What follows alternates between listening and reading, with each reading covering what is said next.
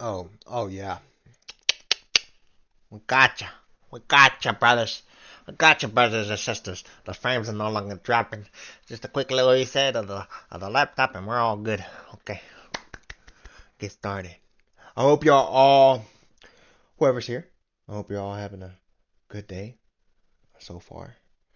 I've kind of been up all night doing this right here, and then waiting on a buddy to come over and make a drop for me because I need a quick fix. So I'm here. Got my mind wide open. I'm ready to start writing. I haven't been in a creative mindset in like quite a long time. Reality is I haven't been in a creative mindset in a very, very long time. Like it's quite sad. Like I think the last time I really had a decent creative mindset was like I'm gonna say 4 months ago. Like a decent, not a good one, just a decent one. A good one, probably like 8 months. A good one. Why actually? Okay. Now, don't get me wrong. Um, a couple months back, I went to CC here in Texas, and I went to Corpus Christi here in Texas. Here in Texas, I had to say it like a Texan. Went over there and went to move. Right, I wanted to get out of the Austin scene. I wanted to get away from the cities. I wanted to get away from the people. But it was more where I was going was more country like, country folk. But it didn't turn out to be a good idea. But when I was down there, I had this extremely good like an extremely good, extreme burst of creativity. Like, and my cousin, he let me use his PC, and it just flowed from there, man. It just did not stop. And I had gotten some good quality stuff, but then I got kicked out. Well, I'm not gonna get into that story because that's a story time for later. But yeah, no, I got kicked out and I couldn't transfer all my stuff, and I had really good quality stuff, really good quality videos, audio, everything. Like when you get a good PC setup, right? It is phenomenal. When you got a good PC setup, it is phenomenal. Hold on, let me go ahead and make sure I get the live in the background all cooked up and settled. More bad.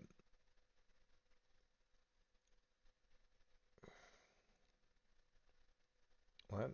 Oh, it doesn't want to. Okay, I see. That's completely understandable.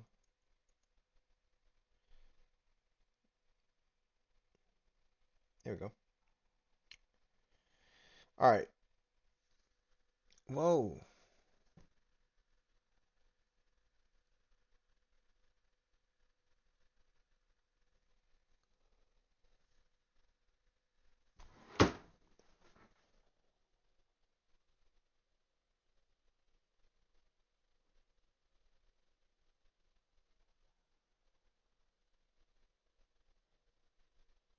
I'm not finna deal with this bullshit today.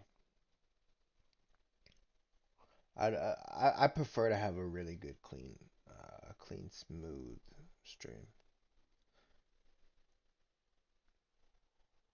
It's just what I prefer.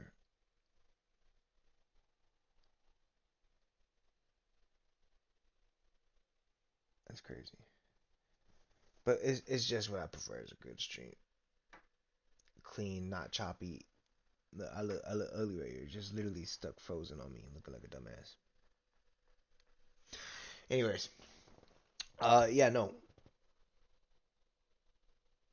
I had a really good creative mindset over there when I was in CC, and I had to come back, so I came back, and since then I've been trying to spark it because before I left from there, before I left here to go over there, initially it was like great, like I just video. You know, I was just like I was getting good. I was actually doing things on the PC, getting my little script on, um, trying to at least. But long story short, that didn't really work out, and I didn't know what I was gonna do for a while. I didn't know what I wanted to do, and I still don't know what I want to do.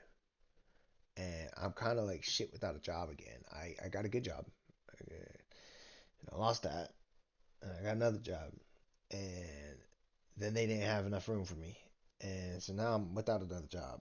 You know, without another job. It makes sense somewhat. I'm without a job again, so unfortunate. But I'm looking for one, and in the meantime, I got all this time on my hands. Just uh, work out, eat, pray, read the word, try to read the word, and figure out something that will keep me occupied but not keep me in my flesh, right? But anyways, I'm always in my flesh. That's just the human nature. But it was always YouTube. You know, was always the answer for everything for me. Like I want to create stuff. I want to be a creator, right? A content creator. And in being a content creator, you got to be able to do the things that are required of you on a consistent day-to-day basis. Even yeah, day-to-day basis. And I don't necessarily have that in me yet. I do, I don't. I do and I don't. And so I think it's just like a lack of motivation, maybe a lack of determination, maybe just a lack of actual want or care. Uh, I would kind of like label myself as somewhat of a like empathetic. I don't. I'm not, I don't. I lack empathy. I don't lack total empathy. I just lack some empathy, like a good majority of empathy. I gotta look at you dead in your eyes. You're gonna be crying. I'm just gonna tell you to suck it up. I think that just derives from me growing up in a very tough and stern lifestyle, and then leaving that tough and stern lifestyle, going to a free, open home lifestyle, and then having that. Let me just put it in a nice way. I did not like being soft or feminine, and so I beat myself down because I knew what a man was supposed to act and how he was supposed to act.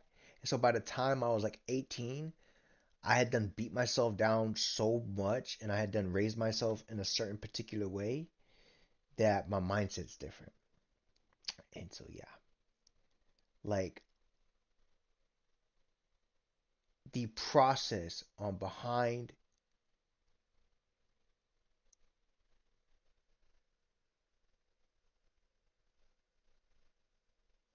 Is this on? No, it's not. The process behind my creativity or the process behind what I'm doing or how I'm living or what I'm going through, it's always derived from some sort of extreme conflict or extreme darkness, right? It's always like, don't get me wrong, there's always light too. But I have a tendency to be more swayed towards the dark side. And I'm not saying I flow towards the dark side. I just say I understand it. I feel empathy for the darkness. I can feel a lot of empathy for the darkness, right? But when it comes to the light side, I don't feel almost jack shit, right? It's like a new experience, and I'm somewhat afraid of change. So that also comes back to if I'm somewhat afraid of change and I'm somewhat afraid of being uncomfortable, I have to conquer that fear and get out there and do some things. And so that's just a byproduct of human nature is you just got to jump over some hurdles because life is just going to innately throw a certain hurdle at every single person in life. That same hurdle everybody's going to have to jump through. Everybody, regardless, throughout life. Everybody's going to have to jump to that one. And everybody's gonna have to jump to that one too, and that one too. So there are certain things where I'm like, oh, everybody's going through this, everybody's going through this, and then there are certain things I'm like, okay. So that changes my view on certain ways of my living. And so when you hear this story and when you see the change in the story and you hear the voices of the characters and you read it and you experience me and you see me commune with you and you see me talk to you and conversate with y'all guys, understand that my dialect, my way of living is very old school. It's very it's primitive. It's not primitive where it's not modern. It's just um it's uh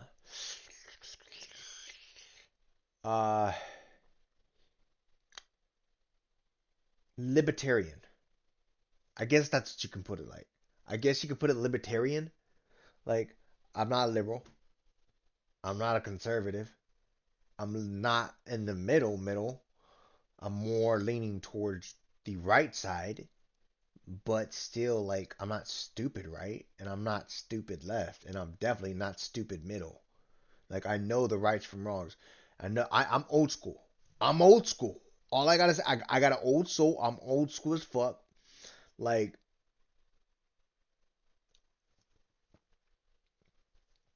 there are certain views that I have that I just do not ride with. Certain ways. And so when you see this storyline, you're gonna see it change and you're gonna see it get dark because that's just how my life has always been. It's always been a very dark and ominous way. I've always had this ominous presence in my life, but I've always had this light leaning over. Like there's a part of the story which you're gonna see in Scarlet. She ends up kind of like just giving to somebody who's asking, but she also barks at the individual too. Like she initially just wants to be like, scum of the earth, who the fuck are you? But then she's like, I got that heart. So like you're gonna see it in the story. You're gonna see me in the story. So like me explaining a few moments ago all that I've just kind of like my mindset and thought process of how I write this story and my creativity.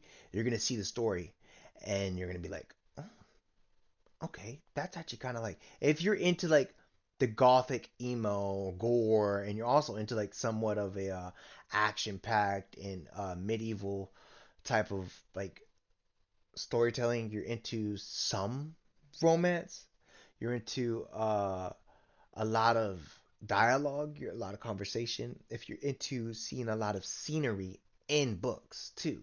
Like I'm gonna leave you no lack of scenery. Like as you walk into the corridor, you see the draped over the this and that, and you're like, well, oh, so like that's where I'm getting at. Like I'm building the story. I'm getting the story very well. Um, what's the word? I'm getting the story well fixed. Why is it that I always gotta freaking like frame drops, bro? Frame drops.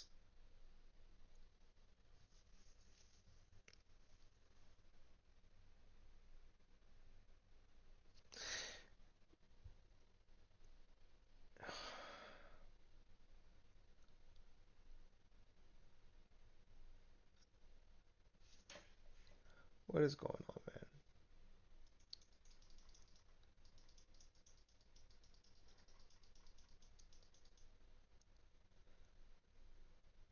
Why does it just keep dropping? It's so stupid, bro. I want to finish what I was saying, but this just not gonna want to work. Okay.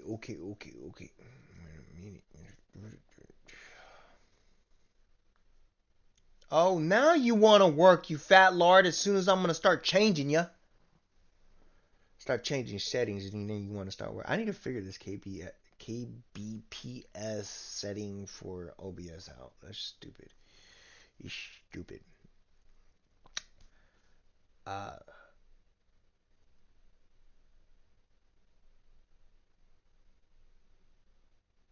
I forgot what I was saying. Something about Scarlet, I think. The homeless guy. She has a kind heart, but she also has an evil heart, and you're gonna see that, and you're gonna see it in the story. and I don't remember where I was because I see these frames dropping and it's pissing me off. So I'm just gonna actually chill out and not pay attention to these frames. Oh my gosh. Looking at us. That's how old I am. A Mad King, The Scarlet Knight by moi.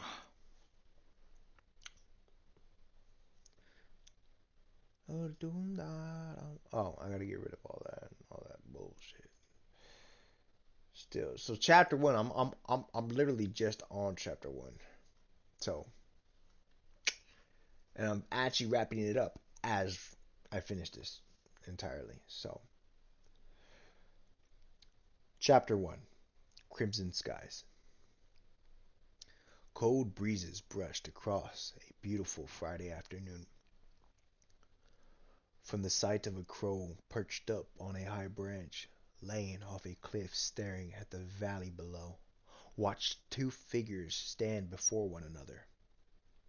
As a heavy gust of wind blows, the crow dives down to the field below, flying right over the Scarlet Knight, then returns to its perch.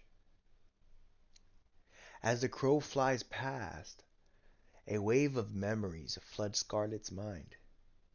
A time when she trained with her father before the world turned so cruel. Scarlet said to her father, "Father, would you like to go practice shooting arrows with me for a hunt?" Father said, "Of course, my darling. And after we'll go roast a pig over the fire in the courtyards. Which is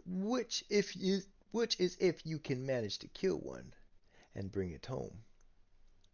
Scarlet said, "All right then. I'll make sure to shoot the fattest one of them all." As soon as they left, as soon as they went off to go shoot arrows, her father would be summoned to the infirmary for unknown reasons, but urgent ones at that. Little did Scarlet know her troubles would only get worse from here on out.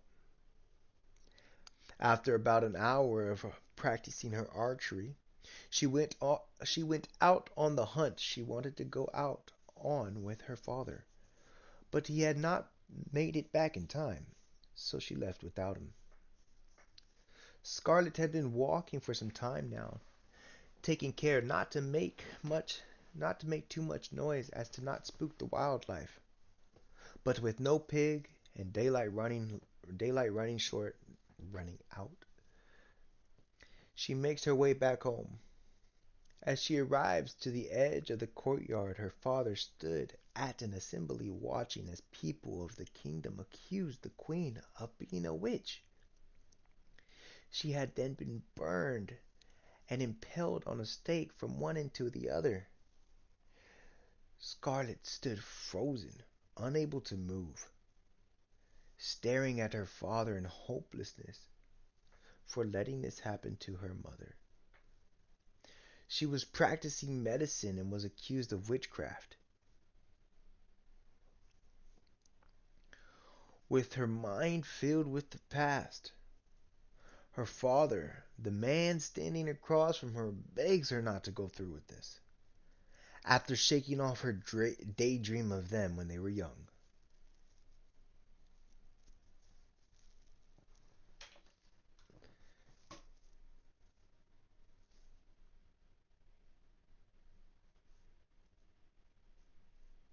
What's going on, man?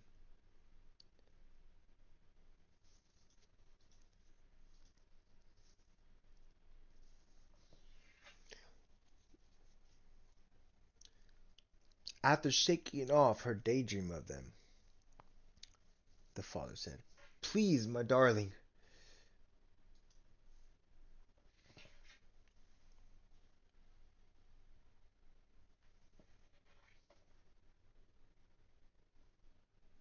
Bro, what is going on?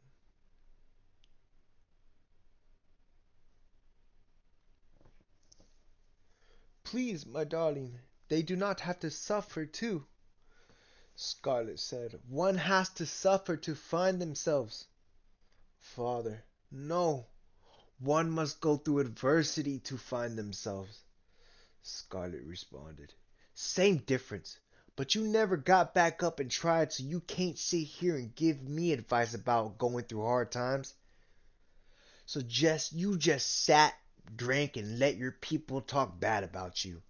Then you let other nations come in and invade, live here too, eat our food, drink our drink, fuck our women and men, and destroy and destabilize our nation. I will break all your ways of living, the father says. But this will start a war that will end all peace in the land. Scarlet responds, You know nothing, father. If you kill me and change everything, you will start the collapse of our nation. Scarlet responds, You did nothing for her, for me, and for your people, but I will. Enough! She charges at her father, and that is where her true colors start to show. One seems to have an upper hand on the other, and blow for blow, with iron striking iron, sparks fly bright. You can see the metal cooling down as they fall down to the ground. From their swords, discipline and training flow from each strike to the other's blade.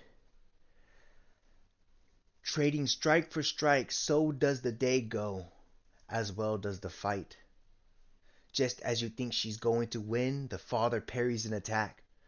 Quick and heavy, father's shoulder bashes her, while she dodges and counters with two light strikes, finishing her combo with a heavy strike from the top, but it's quickly evaded. Like a real life chess match, they do not stop until one of them falls. Looking away into the sunset, at some point you hear a crawl of the crow, and quickly turn your head. While Scarlet is standing, her father lays on his knees. Looking back at the crow's eyes, zooming in to Scarlet. You said it's you said war isn't an answer. But what do you know about war?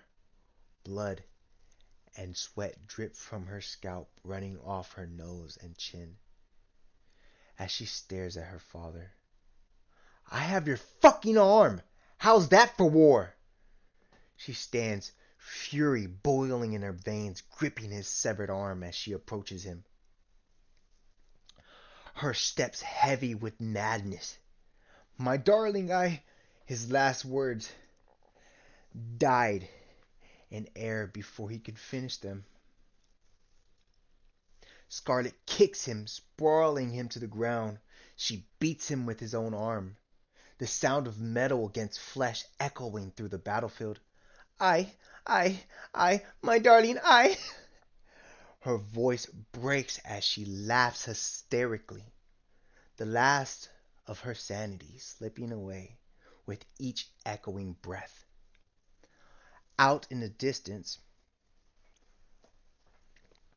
Out in the distance, a male figure starts to walk toward Scarlet. Scarlet, honey, we won! Fuck, we fucking won! Abyss, her lover, had been watching this whole time, waiting just in case. Abyss, hell yeah! What a fight you had! I didn't think he would hold on for so long. Scarlet, oh no, he's just getting older. He would have won if it was like 5 years ago. Abyss, yeah, you're probably right. Anyways, off with his head. We need proof. Scarlet, duh, we need proof. How else am I going to be queen? By giving myself up to a brothel? Abyss, nope. Men this, men that. You shut up. Scarlet, oh, yeah? I shut up. Do you want your head to be the one I take back to court? Abyss, nope, I'll shut up. Scarlet, good boy. Now help me cut off my father's head. Abyss, fine, fine, how do you want it? Scarlet, I don't know. I don't care. Just do it already.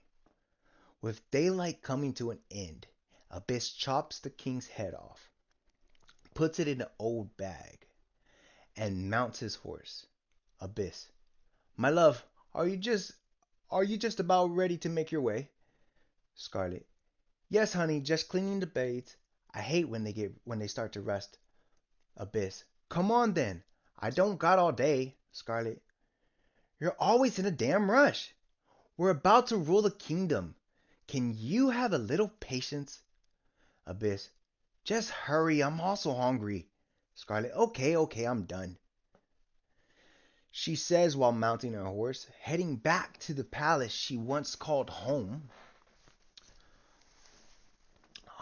Once called home. Hey, hey, you, there on a horse, a homeless man says. Scarlet turns her head towards the man on the ground. Scarlet. What is it that you want? Homeless man. Would you be so kind to bless me with some bread, if you would be willing and able to? Scarlet. Ah, you loathsome filth. What makes you think you can get anything from anyone? But go work and eat. But little did she know, he was crippled. Scarlet. Still, you asked. And God is just. Here, take my bread, and give to another when in need. As Scarlet and Abyss make their way to the court, they were stopped again, and another said, You! It's you! The one I saw in a dream, under a crimson moon, with the king's head in your hands. Scarlet. Aye, it is me, the daughter of him whom I slayed. I have brought him down with my own sword. See, this is his head. And right there, chapter 1 is about to end, everybody.